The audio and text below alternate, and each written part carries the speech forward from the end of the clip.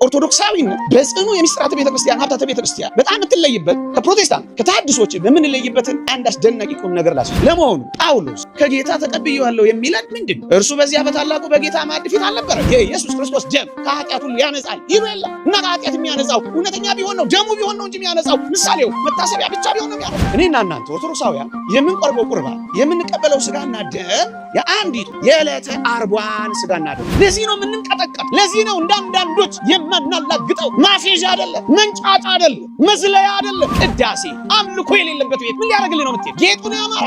ይሄ ዝም ብሎ የሚጮህ ነው ያማረ። ጥምቀት ጋር ስትሄዱ ከኢየሱስ ጋር በሞትና በትንሣኤው ለመተባበር እንጠመቃለን እንጂ ለመዳን አይጠቅመንም ይላሉ። ድሆችን ሳይረዳ የሚበላና የሚጠጣ የጌታ ስጋና ደም ዕዳ አለበት።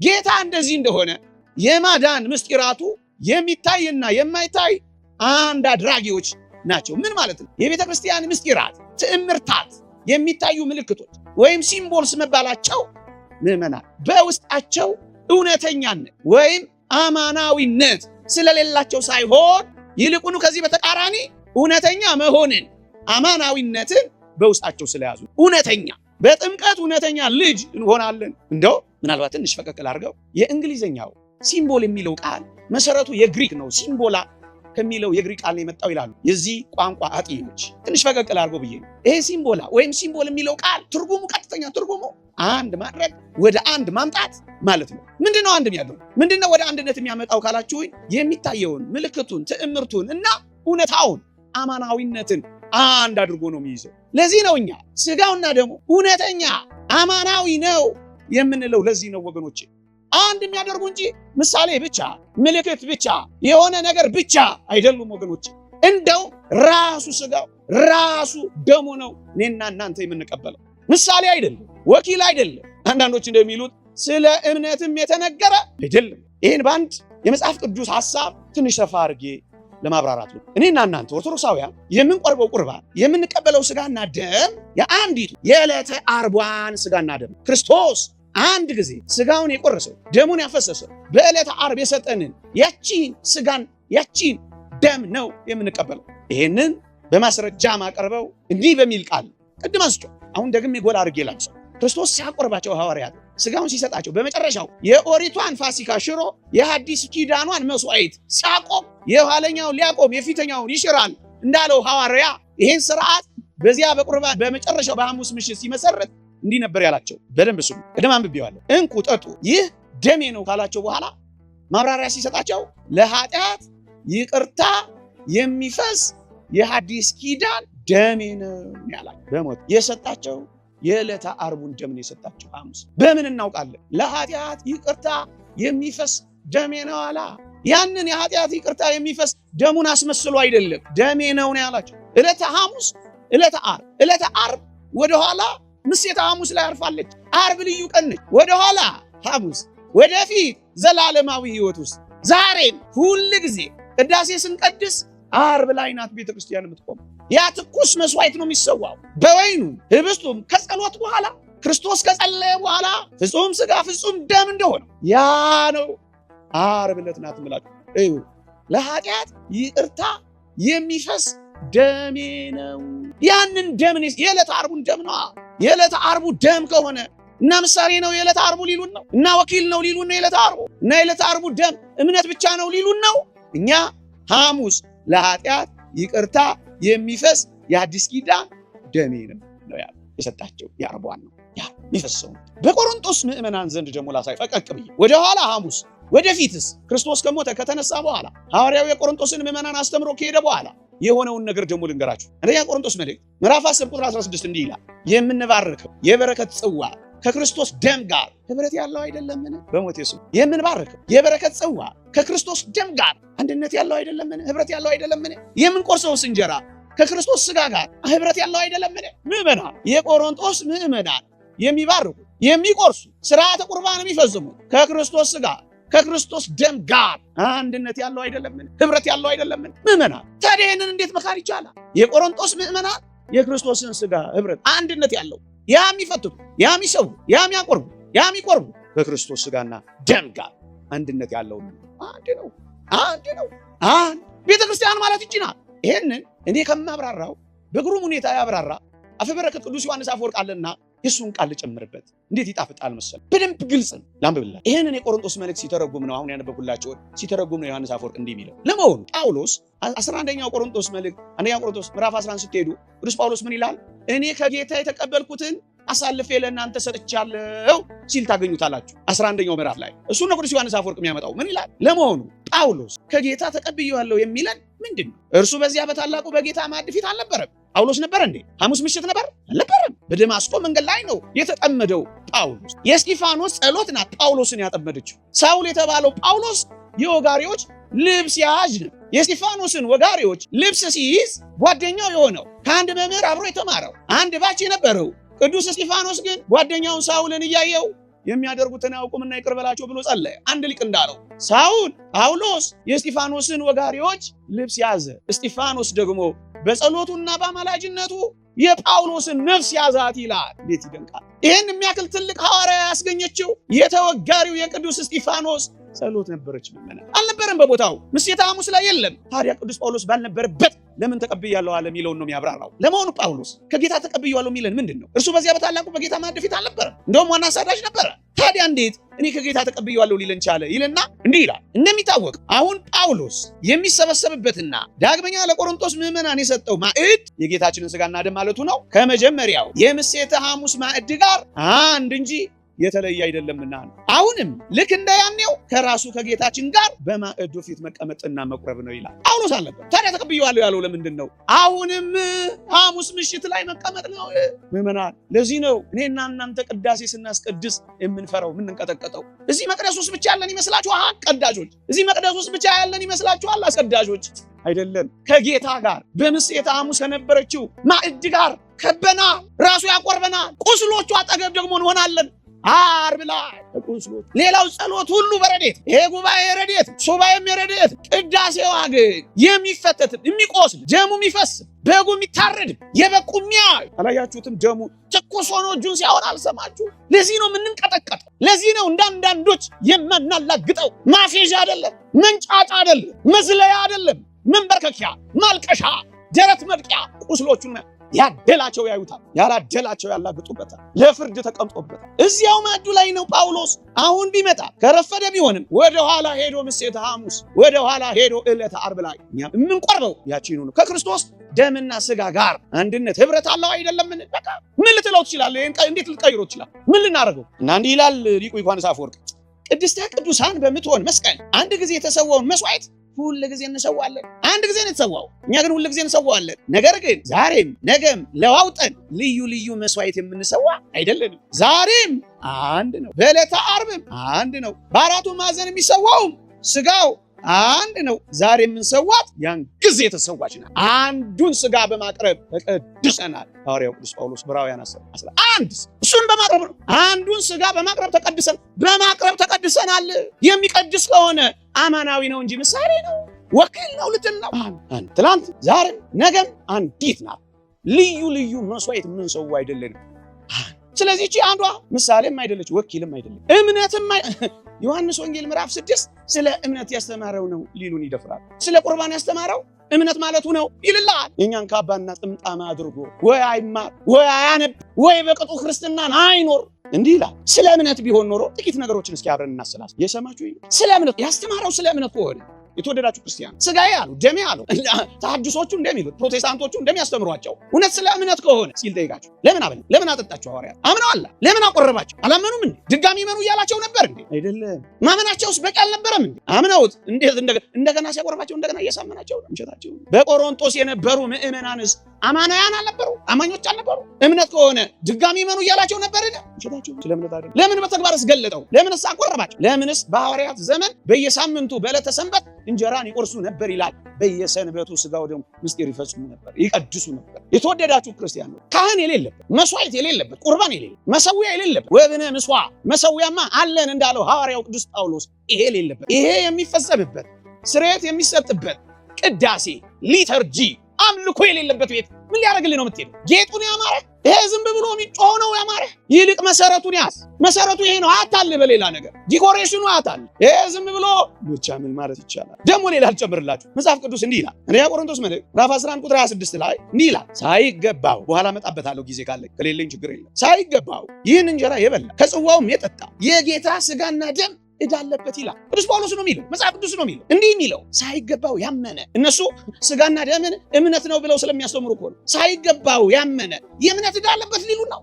ምን አይነቱ ውሸት ነው! ለማመንስ የሚገባው የማይገባው፣ አንተ ለማመን ትገባለህ፣ አንተ ለማመን አትገባም ሊባልልህ ነው አይደለም? ሁለተኛ ነጥብ ጊዜ ካለኝ አንድ 10 ደቂቃ ይፈቀድልኝ። ሁለተኛ ነጥብ አጠር አድርጌ ማለት የሰማችሁ ይሄ። ሁለተኛ ምን ለይም ኦርቶዶክሳዊነት በጽኑ የምስጢራተ ቤተክርስቲያን ሀብታተ ቤተክርስቲያን በጣም የምትለይበት ከፕሮቴስታንት ከተሐድሶች የምንለይበትን አንድ አስደናቂ ቁም ነገር ላስይዘ አታውቁትም ብዬ አይደለም። እኔም ለምስክርነት እንዲሆነ ትምህርት መማር አለብን። ምናምነውን በእውቀት መግለጥ አለብን። አሁን ችግር አለብን። ትምህርት መማር አንወድም፣ አንሰማም። ጠለቅ ያለ ምስጢር ሊቃውንቱ ሲያስተምሩ ብዙም አንሰማም። አጫጭር ነገሮች፣ ይሄ የሚያስፈራሩ ነገሮች፣ ይሄ ተጠመቀ ተፈወሰ እንዲህ አለ ታምራት እንጂ ትምህርት ነው ወደ ሌላ ሁሉ ህይወት የሚያመጣው ወገኖች። ስለዚህ ለትምህርት ትኩረት ልንሰጥ ይገባል ማለት ነው። እዩ ጌታ ቅዱስ ጳውሎስ በዚህ በሰጠኋችሁ በአንደኛ ቆሮንቶስ መልእክት ምዕራፍ 11 ላይ አንድ ቃል ተናግሯል። ቅዱስ ጳውሎስ ምን የሚል ጌታ የሰጠንን እኔ ማሳልፌ የሰጠኋችሁ ይልና ይህን ለመታሰቢያዬ አድርጉት አለን የሚል ቃል አለ። ይሄንን ቃል ወሰዱና የኢየሱስ ክርስቶስ ስጋ ደም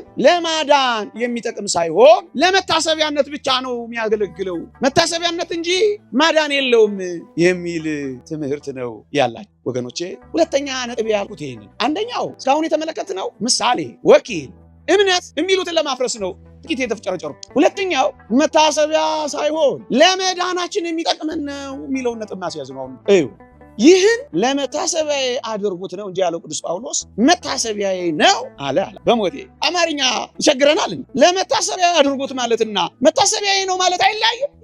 ይህንን ስታደርጉ እኔን አስቡኝ ነው እንጂ ያለው ይሄ ስጋና ደም መታሰቢያዬ ነው አይደለም ያለው። ይሄ አማርኛ አይገባቸውም። ከፈለጉ በእንግሊዝኛ ልጨምርላቸው። መታሰቢያ የሚለው ቃል ቅዱስ ጳውሎስ አሁን በአንደኛ ቆሮንቶስ ገለጸ ያልኳችሁን በእንግሊዝኛ በግሪክኛም ከፈለጉ እንገራቸው። አማርኛ ካልገባቸው የአማርኛ ችግር ካለ እንግሊዝኛው ግሪኩ አናምኔሲስ ይላል። መታሰቢያ የሚለው ቃል አናምኔሲስ የሚለው ቃል የዚህ ቃል ሊቃውን የመጽሐፍ ቅዱስ ቋንቋ መተርጉማን ሲተረጉሞ በኃላፊ ጊዜ የተሰጠ ሕያውነትን ከእውነተኛነት ጋር የያዘ ደግሞም በተግባር ለሚቀጥል ነገር የሚጠቀስ አለው ይላሉ። ልድገመው። በኃላፊ ጊዜ የተሰጠ ሕያውነትን ከእውነተኛነት ጋር ያዋሃደ ከዚያስ በተግባር ደግሞ ለሚቀጥል ጉዳይ የሚጠቀስ ቃል። የክርስቶስ ስጋና ደም በኃላፊ ጊዜ ተሰጥቶ እውነተኛነትን ከሕያውነት ጋር ያዋህዳል። ደግሞ አድርጉት ይላል። ለመታሰቢያ አድርጉት፣ ሰውት፣ አቅርቡት ይላል። ምዕመናን ይሄ ቃል ተራ ማስታወሻነት ወይም ሕያውነት የሌለው ትዝታ ብቻ አይደለም። እነሱ መታሰቢያ ሲሉ ዓርብ ዕለት የተፈጸመውን ለማሰብ ብቻ፣ ሜሞሪያል ማሰቢያ ብቻ፣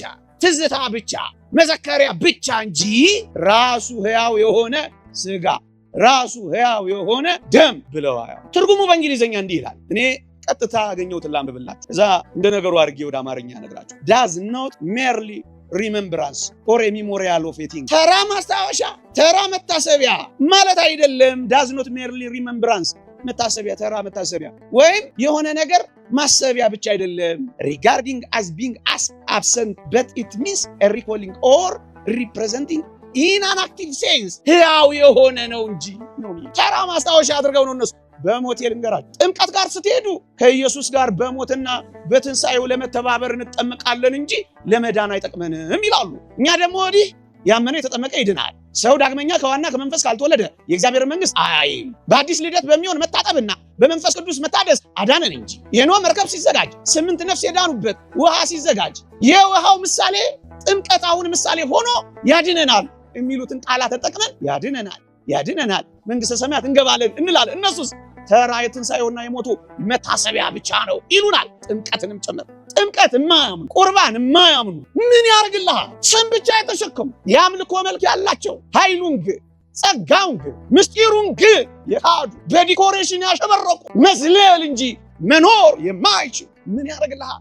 አትታለል። ይልቅ ቁም ነገሩ ላይ አተው። ምንድነው የምናምነው? ምንድነው ማናምነው? እሱን ላይ ይልቅ ከቻልክ እሱን ላይ ልብህን ሰፊ አድርገህ እማንለውን አላችሁ ከሚሉን ይልቅ ምንድነው የምትሉት ብለህ ጠይቀህ። ይህን ነው የሚለው መጽሐፉ። የተወደዳችሁ ክርስቲያን ነው፣ እኛ የክርስቶስን ስጋና ደም ስጋዬን የሚበላ ደሜን የሚጠጣ የዘላለም ሕይወት አለው ለመዳን ይጠቅመናል ብለን እናስቀምጥና እሱን አብራራለሁ። አሁን ግን ቅዳሴያችን ላይ ሰምታችኋል አይደል? ትንሣኤን እናምናለን፣ ሞትንም እንናገራለን እንላለን። እስመ ቁርባን ውእቱ ተስካረ ሞቱ ለክርስቶስ። ቅዳሴ ላይ የሞቱን መታሰቢያ ነው የምናደርገው። ሞቱን እናስባለን፣ መከራውን እንዘክራለን። መስቀል ላይ እኮ ነው የምንሆነው። እንደኛ መስቀል ላይ ይሆናል። ለንጽጽር እንኳን መቼ ይበቃል። ሞት አትሰሙም? እንደ ወንበዴ የሆነ አስበን እያልን ስንጮህ አልሰማችሁም? ሞትን እንናገራለን፣ ሕማምን እናስባለን። ረቡዕ፣ ዓርብ፣ ሰሙነ ሕማማት በየቅዳሴው እናስባለን፣ ለመታሰቢያው እናደርጋለን። እናስበዋለን ብቻ ግን አይደለም፣ እንኖረዋለን። ሕያውነትን ከእውነተኛነት ጋር እንኖረዋለን። አንድ ነገር በእውነት በተግባር እያደረግነው በህሊና ደግሞ ልናስበው እንችላለን። ደግሞአለን በተግባር እናደርገዋለን፣ በህሊና እናስበዋለን። ለመታሰቢያ መደረጉ አማናዊነቱን እውነተኛነቱን አይሽረውም። ሃይማኖታችን ይቺ ናት። ታስታውሳላችሁ? መናው የእስራኤል የወረደላቸው መናና የአሮን በት ታስታውሳላችሁ? ለመታሰቢያነት እኮ ተቀምጠው ነበረ። ለመታሰቢያነት ተቀምጠዋል፣ ግን መናው በትሩም እውነተኛ ናቸው። መታሰቢያም እውነተኛም የክርስቶስ ሥጋና ደም እንደዚህ ነው። ሞቱን እናስባለን፣ ሕማሙን እንዘክራለን፣ ትንሣኤውን እናምናለን። እውነተኛ ሕይወት የሆነውን ክርስቶስ ሥጋና ደም እንቀበላለን። የእስራኤል የፋሲካን አከባበር ተመልከቱት። ቀኑን በመታሰቢያነት ያስቡታል። የፋሲካውን በግ ደግሞ በተግባር አርደው አወራርደው ፈጽሙታል። ይህን የሚያረጋግጥልን ለመታሰቢያ አድርጉት የሚለው ቃል ምን እንደሆነ ማወቅ ለሚፈልግ ኦርቶዶክሳዊ ብቻ አይደለም፣ የሌላ ቤተ እምነት ልበ ሰፊ የሆነ ነገሩን በቅጥነተ ሕሊና መመርመር የሚፈልግ ሃይማኖትን በበጎ ሕሊና ማሰብ የሚፈልግ ልቦ የተከፈተለት ካለ ይህን የሚያረጋግጥልን ቃል እዛው ላይ ተቀምጧል። ምን ይላል? ይህን እንጀራ በበላችሁ ጊዜ ሁሉ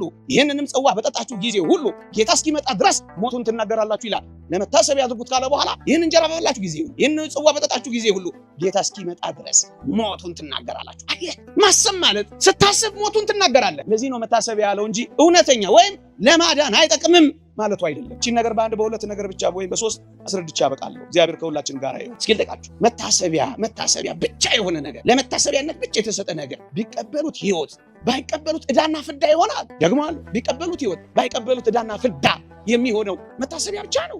ለመታሰቢያነት እንደዚህ ይሆናል አይሆንም። ይህን ያልኳችሁ አንድ ጥቅስ ላንብብላችሁ ነው። የበለጠ ግሩም የሚያደርግልን አንድ ጥቅስ እንዲህ ይላል። አንደኛ ቆሮንቶስ መልእክት ምዕራፍ 11 ከቁጥር 27 እስከ 30 እንዲህ ይላል። ቀስ ብዬ አነበዋለሁ። በጣም ወሳኝ ቃል። ስለዚህ ሳይገባው ይህን እንጀራ የበላ ወይም የጌታን ጽዋ የጠጣ ሁሉ የጌታ ሥጋና ደም ዕዳ አለበት። ሳይገባው ሳያምን ንስሐ ሳይገባ በስነ ምግባር ሳይታነጽ የወሰደውን ሳይመልስ ድሆችን ሳይረዳ የሚበላና የሚጠጣ የጌታ ሥጋና ደም ዕዳ አለበት። ዕዳ የምለው ዕዳ ምንድን? መታሰቢያ ብቻ የሆነ ነገር ቢቀበሉት ሕይወት፣ ባይቀበሉት ዕዳ ይሆናል። ዕዳው ምን እንደሆነ ላንብብላችሁ። ሰው ግን ራሱን ይፈትን፣ እንዲሁም ከእንጀራው ይብላ ከጽዋውም ይጠጣ። ሳይገባው የሚበላና የሚጠጣ የጌታን ሥጋ ስለማይለይ ለራሱ ፍርድ ይበላል ይልልሃል። ለፍርድ ነው የተቀመጠው ማለት የሚያድን ስለሆነ እኮ ነው ፍርድ ያለበት፣ ዕዳ ያለበት። ወገኔ ንቃ፣ ከሚጠፉ ጋር አትጥፋ፣ ከሚኳትኑ ጋር አትኳትን። ዕዳ ፍርድ፣ ቢቀበሉት ፍርድ፣ በአግባቡ ባይቀበሉት ፍርድ፣ በአግባቡ ቢቀበሉት ሕይወት የሚሆን የሚያድን ነው እንጂ መታሰቢያ ብቻ ቢሆን አይደለም። ወገኔ ወረድ ይልና ምን ይላል? ራሳችንን ብንመረምር ግን ባልተፈረደብንም ነበር ይላል። በሞቴ ከእናንተ መካከል ይላቸዋል፣ አንዳንዶች ሞተዋል፣ አንዳንዶች አንቀላፍተዋል ይላቸዋል፣ አንዳንዶች ተቀስፈዋል ይላቸዋል፣ አንዳንዶች ታመዋል ይላቸዋል። በአግባቡ ስላልተቀበሉት። ለዚህ ነው ካህኑ ወጥቶ እኮ የሚናጻው። ንስሐ ግቡ የሚለው እኮ ለዚህ ነው። እኔ ከበደላችሁ ንጹሕ ነኝ የሚለው እኮ ለዚህ ነው። ምንም ነገር እኮ አይደለም። ንስሐ ግቡ በቃ። ማስፈራራት ይላል። ምን ማስፈራራት? ወደ ሕይወት እንድትመጣ ነው ጥሪ የሚያቀርብልህ እኮ። ስለዚህ ታመዋል፣ አያሌዎቹም አንቀላፍተዋል፣ ተቀስፈዋል። ለምን? መታሰቢያ ብቻ ቢሆን ነው አይደለም። ለፍርድ ለምን ሆነ? መታሰቢያ ብቻ ቢሆን ነው አይደለም። የመዳን ወይ ያለመዳን ጉዳይ ስለሆነ አንደኛ። ሁለተኛ እንዲህ ይላል ዕብራውያን ምዕራፍ 10 ቁጥር 27 ላይ የሙሴን ሕግ የናቀ ሰው 2 ወይም 3 ቢመሰክሩበት ያለ ርኅራኄ ይሞታል። የእግዚአብሔር ልጅ የረገጠ ያንንም የተቀደሰበትን ኪዳን እንደ ርኩስ ነገር የቆጠረ የጸጋውን መንፈስ ያክፋፋ የሚብስ ቅጣት ይገባዋል ይላል። የሙሴን ሕግ የናቀ ሰው ተወግሮ ከሞተ የኢየሱስ ክርስቶስን ሥጋና ደም ያቃለለ እንዴት የሚብስ ቅጣት ቢገባው ይመስላል? የባህሪ አምላክ አይደለም፣ እውነተኛ አይደለም ካለ የሚብስ ቅጣት ይገባዋል። አየህ፣ ለሕይወት ነው። የኢየሱስ ክርስቶስ ደም ከኃጢአት ሁሉ ያነጻል ይሉ የለ እና ከኃጢአት የሚያነጻው እውነተኛ ቢሆን ነው፣ ደሙ ቢሆን ነው እንጂ የሚያነጻው ምሳሌው መታሰቢያ ብቻ ቢሆን ነው የሚያነጻው። ምን አይነት ውሸት ነው? ምን አይነት ውሸት ነው? ሥጋዬ እውነተኛ መብል ደሜም እውነተኛ መጠጥ፣ ሥጋዬን የሚበላ ደሜን የሚጠጣ የዘላለም ሕይወት አለው። ታዲያ ይህንንስ ምን ልትለው ነው? የዘላለም ሕይወት አለው እኮ ነው የሚለው። እንዲያውም ከፍ ይልና እኔም በእርሱ እኖራለሁ እሱም በእኔ ይኖራል ይላል። ሥጋውን በበላው ደሙን በጠጣው ውስጥ ክርስቶስ የሚኖር ከሆነ ለማዳን አይደል ክርስቶስ የሚኖረው? ለመታሰቢያነት ብቻ ነው ክርስቶስ የሚኖረው? ሥጋውን ስንበላ ደሙን ስንጠጣ በእኛ የሚኖር ከሆነ እርሱ ሕይወት ነውና ሕይወት እየሰጠን አይደለምን? ለመዳን የሚጠቅመን አይደለምን? ሶስተኛ ቅዱስ ቄርሎስ ያለውን ማጠቃለያ ላድርገው። ሰዓት ሄዶብኛል። ቅዱስ ቄርሎስ እንዲህ ይላል፣ አይሁድ የፋሲካውን በግ በመብላት ደሙን በመጠጣት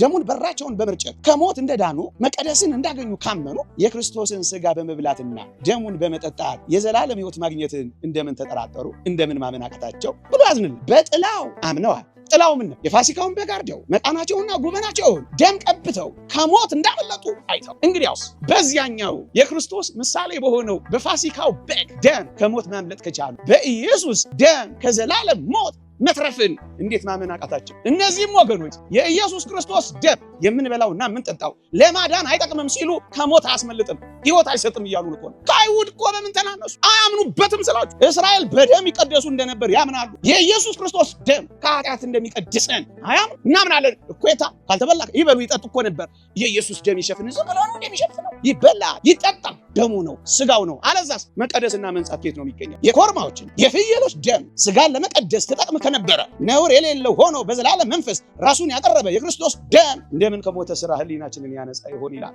ያቺ የፍየል ደም ስጋን ልትቀድስ ከቻለች የከበረው የአምላካችን ስጋና ደም ከሞተ ስራ ህሊናችንን ጭምር እንዴት አይቀድስ? ይሄን መካድ ምንኛ ነው?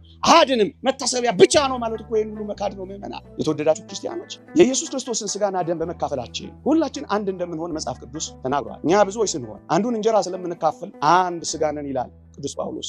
አንድ ስጋ አንድ የምንሆነው በመታሰቢያ ብቻ ይመስላችኋል? አይደለም። የኢየሱስ ክርስቶስ ስጋና ደም ህይወት የሚሰጠን ሁላችንንም ክርስቲያኖች አንድ የሚያደርገን እውነተኛ ስጋ እውነተኛ ደም ለማዳን የሆነ ስለሆነ ከእንዲህ አይነት የክህደት ትምህርት ዓለም ራሷን ተጠብቅ ይቆያል። የእግዚአብሔር ቸርነት የእመቤታችን አማላጅነት የቅዱሳን በረከት ረድኤት አይለየን። በሃይማኖት በምግባር ያጽናን። አሜን።